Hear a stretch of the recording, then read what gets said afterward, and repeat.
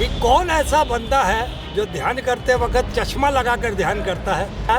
तो मैं पूछता हूँ नरेंद्र मोदी, तुम्हारी माँ ने अगर दूध पिलाया तो वीडियो का एक एक पार्ट दिखाओ, एक एक सेकंड दिखाओ, देश को तुम्हारी हकीकत पता चल जाएगी कि तुम कितने ड्रामेबाज हो।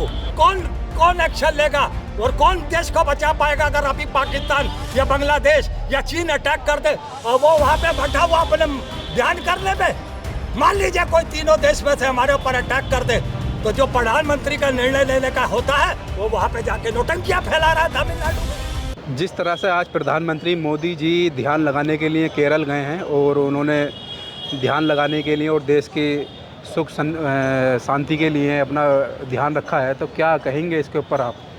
थोड़ा सा वो तमिलनाडु गए, केरल नहीं, चलिए कोई बात नहीं, ये तो कोई मानवीय गलती है। बात वो नहीं है ध्यान करने का। ध्यान करते वक्त मैं एक देख रहा था चैनल पर, एक महिला रिपोर्टर हैं, यूट्यूबर, उन्होंने बात बड़ी नोटिस की, लोगों ने की या नहीं की मुझे पता नहीं, मगर उन्होंने अपने व्यूज़ में डाला कि कौन ऐसा बंदा है जो ध्यान करते वक्त चश्मा लगाकर ध्यान करता है। वाकई अगर आंख बंद हो तो एक नॉर्मल व्यक्ति, कोई भी हो, मैं हूँ आप हो, 10 मिनट अगर आंख बंद करके वो बैठा और उसकी आंख में चश्मा है तो उसको इरिटेशन होने लगेगी। आप आंख बंद करके चश्मा लगा के मेडिटेशन कर रहे हो हैं, तो कितना बड़ा मजाक है। और मैं सिर्फ और सिर्फ यही कहना चाहता हूँ आपके चैनल के माध्यम से, अगर नरेंद्र मोदी जिस तरीके से कहता है ना किसकी माँ ने दूध पिलाया, तो मैं पूछता हूँ नरेंद्र मोदी, तुम्हारी माँ ने अगर दूध पिलाया तो वीडियो का एक एक पार्ट दिखाओ, एक एक सेकंड दिखाओ, देश को तुम्हारी हकीकत पता चल जाएगी कि तुम कितने ड्रामेबाज हो, तुम कहाँ से कहाँ चलोगे। तुम्हारा सारा स्क्रिप्ट तैयार रहता है। चारों एंगल से कैमरे से शूट हो रहा है, चारों एंगल से हो रहा है, मगर क्या खा रहे हो?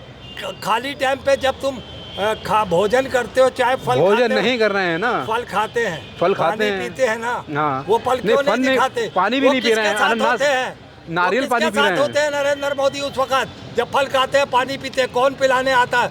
उस वक्त क्यों नहीं दिखाया जाता कि मोदी 48 घंटों में ऐसा क्या खेल करने जा रहा है कि वो वहाँ पे कैमरा नहीं लाता है जब खा रहा है, हम नज़र नहीं लगा रहे उसके सेब अमरूद खाने पे। मगर वो देश की जनता को समझना पड़ेगा, 48 घंटे का ये ढोंग पूरा दिखाना पड़ेगा।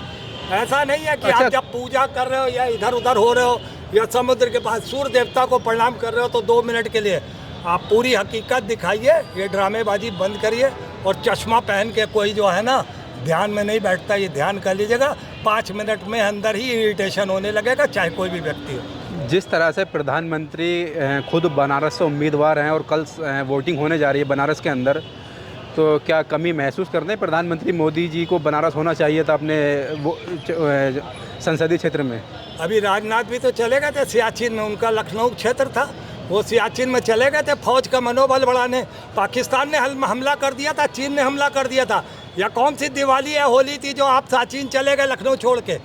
तो ये डरे हुए प्रधानमंत्री है, डरा हुआ राजनाथ है, इनको पता अजीत कहीं इनके आसपास है नहीं, जाओ निकल जाओ। और कोई बड़ी बात नहीं, तमिलनाडु से जिस तरीके से इसने एक्सटेंशन दिया फौज के अधिकारी को 1 महीने का, कहीं ऐसा तो नहीं स्टीमर से ये निकल जाए, वो सरकारी जहाज़ों से ये कहीं देश ही छोड़ के निकल जाए। इस पे देश की जनता को भी निगाह रखनी पड़ेगी, कहीं ये भगोड़ा तो नहीं साबित हो जाए बाद में। आप प्रधानमंत्री मोदी जी को अभी फ़िलहाल इतना ज़्यादा टिप्पणी ना करिए क्योंकि देश के प्रधानमंत्री हैं वो। अच्छा, मान लीजिए 48 घंटे के टाइम में अगर देश में कोई बहुत बड़ी वारदात हो जाती है तो प्रधानमंत्री को अपने पद की गरिमा रखनी चाहिए। उस वक्त कौन एक्शन लेगा और कौन देश को बचा पाएगा अगर अभी पाकिस्तान या बांग्लादेश या चीन अटैक कर दे और वो वहाँ पे बैठा हुआ अपने ध्यान करने पे, मान लीजिए कोई तीनों देश में से हमारे ऊपर अटैक कर दे, तो जो प्रधानमंत्री का निर्णय लेने का होता है वो वहाँ पे जाके नौटंकियाँ फैला रहा है तमिलनाडु में।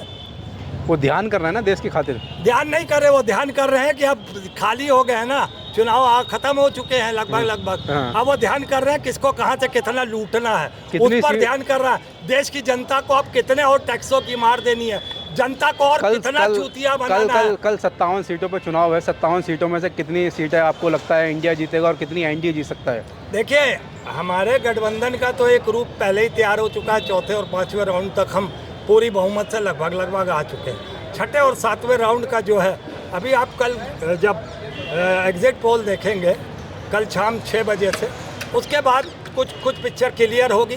सी वोटर्स है और एक दो और महत्वपूर्ण चैनल है जो इन तरीके का सर्वे काफ़ी हद तक सटीक निर्णय वो लेते हैं, उनका निर्णय रहता है। देखेंगे, बाकी हमें लगता है कि 4 तारीख का इंतज़ार करना चाहिए। नतीजे जब सामने हो तभी कोई टिप्पणी होनी चाहिए। धन्यवाद।